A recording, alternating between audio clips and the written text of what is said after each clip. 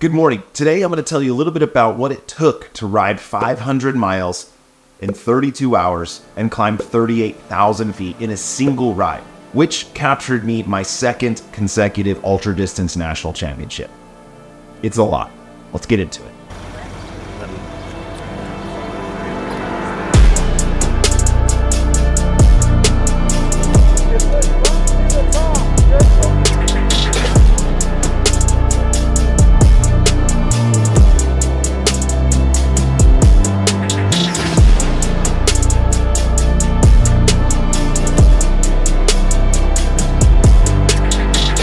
Okay, so this story is weird, all right? And I really battled with what do I do? How do I tell this story? Because one person showed up. It is the Ultra Distance National Championship, and there was a huge heat wave. A lot of people backed out. Only one other person showed up, so it was me versus one other guy. Which does add a little bit of pressure because it's like, look, there's no reason you shouldn't win this. But when we're talking about ultra distance, that goes beyond just your fitness level. There are so many things that can happen over the course of 500 miles, especially with the heat wave that was happening, or we're riding in 110-degree weather. You know, your body can shut down. You miss a little bit of fueling, you mess that up, and your body could just seize. You can get 10 miles from the finish and pass out and not be able to continue. Ultra distance is a very brutal sport where it doesn't really matter how fit you are. If one little thing goes wrong, you're done. All right, so let me give you a little context on the sport of ultra. So ultra distance cycling, that sport starts at 500 plus miles. It's sanctioned by WUCA, not USA Cycling. USA Cycling doesn't go beyond 150 miles, or maybe the longest race is 200 miles. You have 48 hours to complete it, so you have to get it done within 48 hours. A lot of the winners, though, are between 25 to 35 hours, depending on the course and the temperature and all that sort of stuff. It's just about going as fast as humanly possible for 500 miles. Now, again, only one other person showed up, and because of the heat wave, they started earlier. So it's very loosey-goosey here. Look, if you want to start earlier, you can, because like whatever, there's two people, it's very easy to keep track of everyone. So the other guy started about 2 hours before me, headed down to the start line. And one, I'm excited to climb. Two, it is hot. I love the heat. So I'm all about it being 110 degrees. I don't want to be cold ever. I never want to think about being cold. So to me, I cannot wait to get this started, to where we're just riding through a furnace. You've been gone.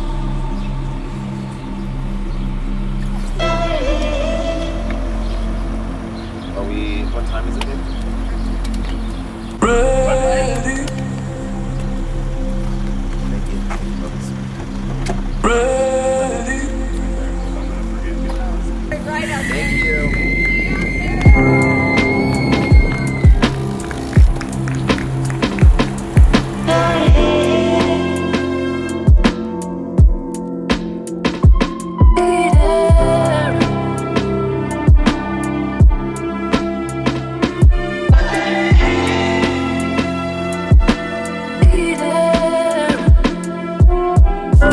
You've been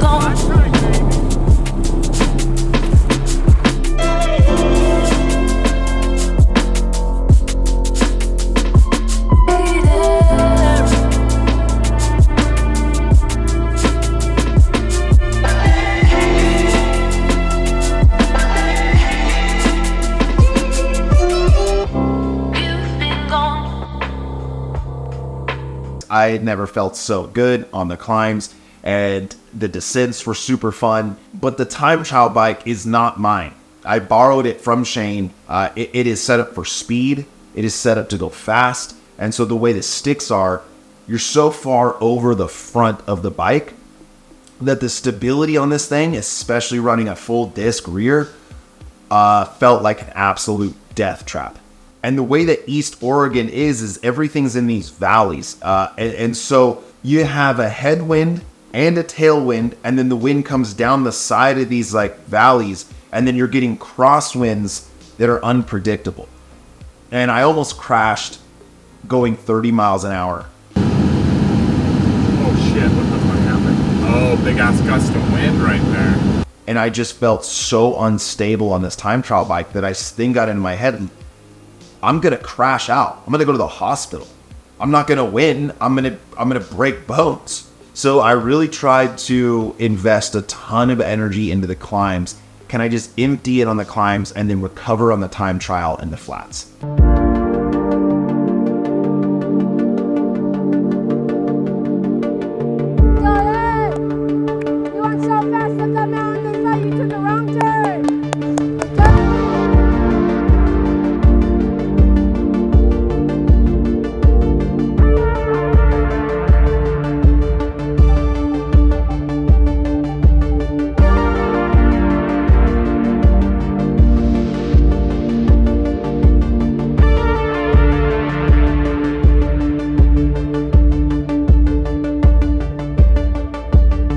Like, he's been on the bike 15 hours, not one single break. I thought I was badass when I went like 10 hours without a break. And just crushing, dude. Oh! Screaming freedom! Did you just get that fucking shot, bro? Fuck, I didn't. We got into the really beautiful part of this course, and there's no footage of this. Sun is setting. It's so beautiful, and a bald eagle just starts flying right next to me. And then another bald eagle starts flying right next to me. And then they just sort of float right in front of me, and I don't even know how to explain it. I'm in a Natural Geographic documentary. I'm soaring with eagles. It was a moment of my life that is so hard to put into context, because at this point I've been riding for 17 hours. I am destined to pick up my second national championship. My wife and my son are in the back car. My best friend is in the back car. I mean, just the vibes here all time. I've never ridden this far, this long, unbroken. I went 17 and a half hours before stopping. And this is what I like to do. I like to lay down in the dirt. We have a $250,000 Sprinter van with a whole house inside of it. I could lay in there. But I lay down on the most uncomfortable place I can find. If it's more comfortable than the bike, I'm never getting back on the bike. To this point, it's all just been hyper-processed rocket fuel, right? Fluid is what I've been using, and just powders and powders and powders and powders. And at this point, my stomach's like kind of turning from all that syrup. There goes your hand. I mean, we went really far without stopping, but I'm gonna start puking everywhere, and then it'll just go downhill from there. So I'm trying to keep it down. So I'm laying there. I don't want to put anything else in me. And my wife brings me hand-picked blackberries that they found on the side of the road through Oregon. Like, I'm eating now from nature. And those blackberries were the best blackberries that I have ever eaten. Dude, these blackberries were the fucking ticket. I'm sorry I ate them all. I picked them just for you for this Preston moment. hand-picked those today. Athen too. And Athen too. You should have seen where they're at. Cave under a giant golden waterfall. In a river. That was so good. Then I felt so connected with my wife because she did that. She hand-picked them. It felt so primal. You know, I'm out here as a hunter, hunting a national championship, right? And then my gatherer, my wife, like gathers berries and brings them to me. And it just felt so, I was so connected with my wife in this moment that I was like, I will follow you to the ends of the planet. Like, I am yours forever. Like, it's just so weird. Going into the night is one of my favorite parts of Ultra. I'm a night owl. That's just what I want to do. It's so strange because the nighttime, you can't see anything. It's all so dark. So there's nothing ahead of you. You can't see the big mountain or the long road. It's just you. You're just floating. You're floating through existence.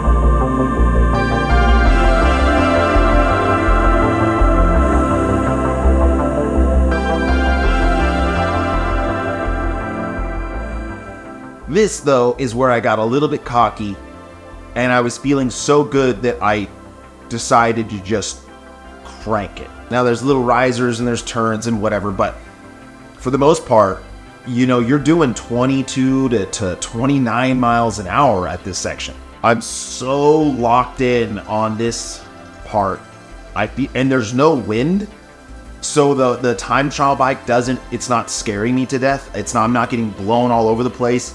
So I'm locked in. I'm starting to think about how I'm gonna title my Strava, 2-time national champ, course record. You know, I'm just counting my chickens before they've hatched, right? And I'm starting to go into zone 4, which you're gonna burn glycogen from your muscles, and that's very difficult to get back in. And yeah, I was just overly cocky, and it started to bite me hard, because I probably went about 2 or 3 hours just wide open, and that led me straight into my biggest weakness, which is the dawn.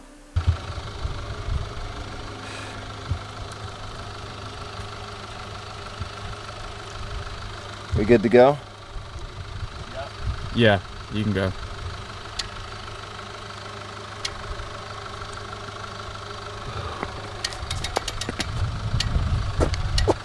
You got the bottle? She's grabbing it. We're gonna hand it to you. You good? Good. Some people are really good at one point. Some people are good at another point. For me, I'm good in the witching hour. I'm not good at dawn. And right as the sun is like kind of starting to come up, where it's a little bit blue on the horizon, I have an absolute just crash. You got a couple more climbs, bro, and then you're gonna be there. Okay. We're getting you calories right now. Yeah, I need some like solid food, maybe. You want solid food? Yeah, like a bagel or One of those waffles. Do you want to come sit? Yeah. If there's another one of those blueberry waffles, we'll take one of those. Okay. Do you want to sit in the van at all? No. And then a funny bit is that my videographer, Danny, he's like trying to film me, and I'm saying how cold I am, and he accidentally spills a jug of water just all over me, dude. And I'm like, We can pull this shit off. Shit. Fuck, my bad. and everyone's trying to like hold back their laughter because it's a funny situation, but I'm pissed, you know? And here's the thing about Ultra is that you will feel this way all the time. Every single time, you're going to feel multiple valleys where you think there's no possible way that I can continue riding. And that is when you have to meet yourself in the plains of existence and try to barter with this other entity. Like, hey man, let's get on the same page here, okay? Not trying to kill you. I know you got more for me. Let's just get back on the bike. I promise I'll go slow. And in these moments, what I'm able to do is I cast my consciousness to a future timeline. I've said this so many times before, but all I thought about was the dinner I was gonna have with my family and my friends, and that I'm celebrating having a national championship. That's where I existed. I started thinking about how salty the broccoli was gonna be, how tasty the burgers were gonna be, what the milkshakes were gonna be like, the fries, I mean just the avocado, how creamy. And look, say what you will, I've talked a lot about food. Bro, food is everything to me. And so that's what I'm just like, dude, just get to that point. Because how much better is that dinner gonna be if you're a national champion? How shitty is that dinner gonna be if everyone here spent 30 hours supporting you and you quit? This goes away. And I just put one foot in front of the next, and I get on the bike, and the whole time my body's saying, oh no, we're not riding. What are you doing? Stop, we're not riding. And you just turn off the signals and you just start riding again.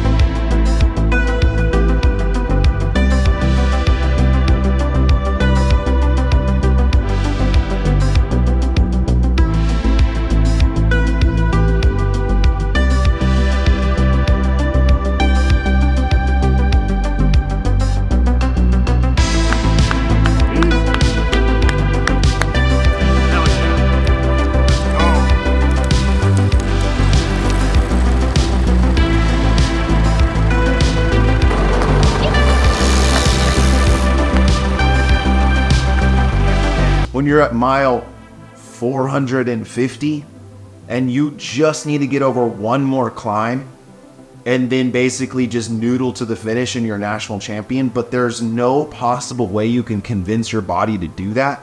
That fight, I've never had a fight like this before, where I just do it and my body's like, no, and I'm like, you have to, and then trying to think of any excuse I could to stop. And every time it was like, here's a reason to stop, I would just crumple that up and throw it in the trash. And my body gave me about 100 of them. Here's 100 different reasons why you should stop. Here's 100 different reasons for you to not continue. And I would read them. I would go, great point. I'm gonna crumple that up. I'm gonna throw it away. My crew's been phenomenal. Unbelievable, this crew. But a huge part of this is the people that have been texting me.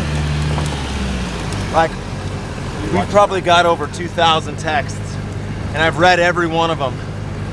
And it's just amazing. Like, the love that I've gotten from the community, like, Tell him car back. you are part of the crew, and it's been so amazing.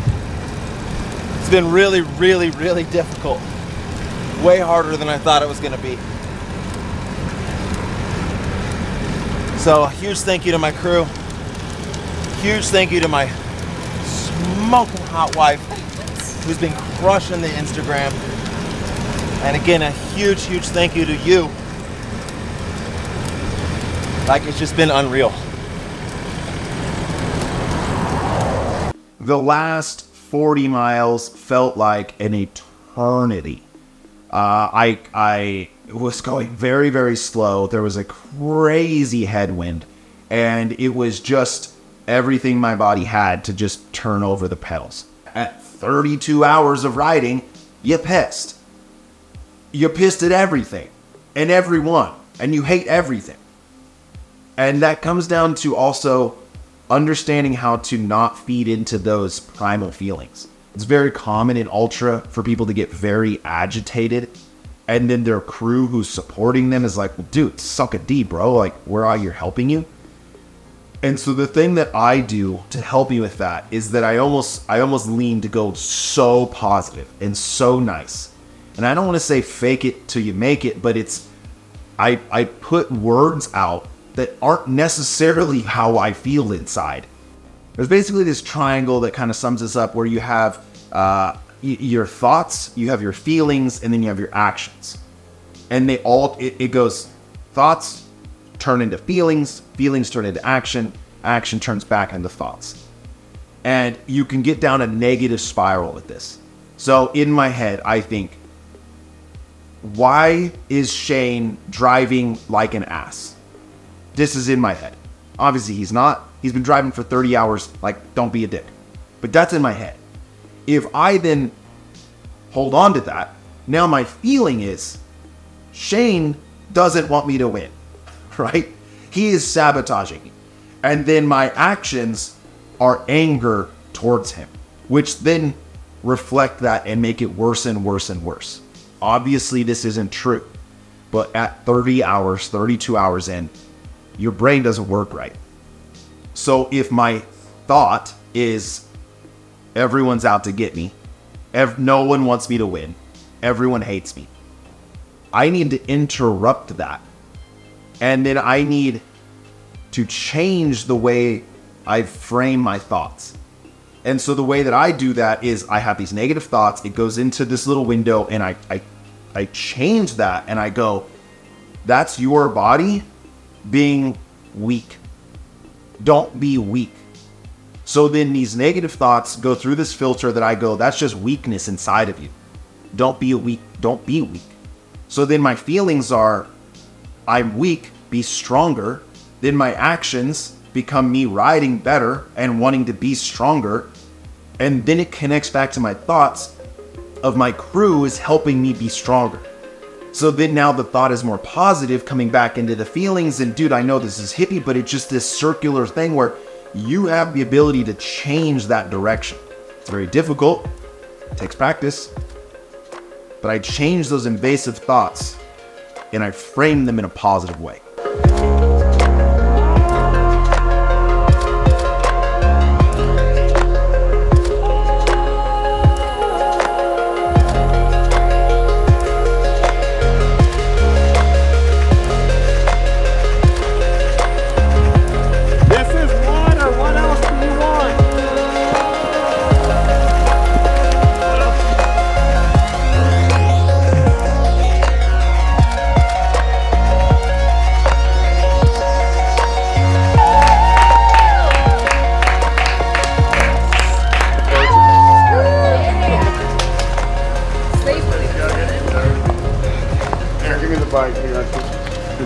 Save it. Save it till you're strong. There you go. I really want to be more like high energy, but I think I've been asleep for the last 120 miles. Dude, I mean, absolutely the hardest thing I've ever done. Like, hardest one. So difficult. I have so much to say, but I just don't have any words. I'm literally passing out. But the crew for Ultra is what makes Ultra so amazing. Like, you get to do this race alongside your like friends and family, and it's not like I'm just one component of the team. It's just super, super cool. Whoa, look at that. 3 North American 500 miles.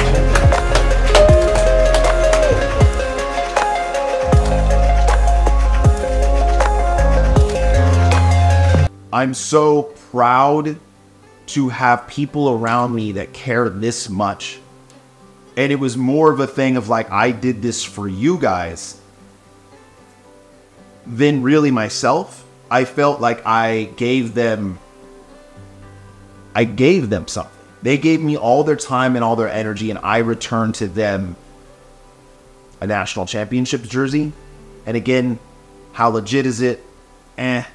But it would have been a whole lot worse if we hadn't won. Probably my greatest physical performance to date, regardless of the fact that one other person showed up. I think if lots of people showed up, if 100 people showed up, I feel like I brought a package to that race that I would have won, or at least done really well, regardless of who showed up. Because of the heat, because of the climbing, because of everything. Now, again,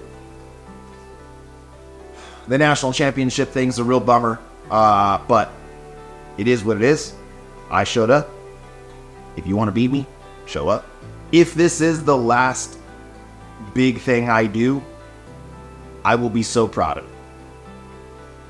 So, what's it feel like to ride 500 miles and 38,000 feet in 32 hours? Well, it depends. But if you finish, a feeling I cannot describe. A feeling that will last with me for the rest of my life. That I know that I battled the darkest, hardest parts of my brain, and I prevailed. That I teamed up with the best people in my life, and when you have a crew around you, you are unstoppable. Anyways, I appreciate you.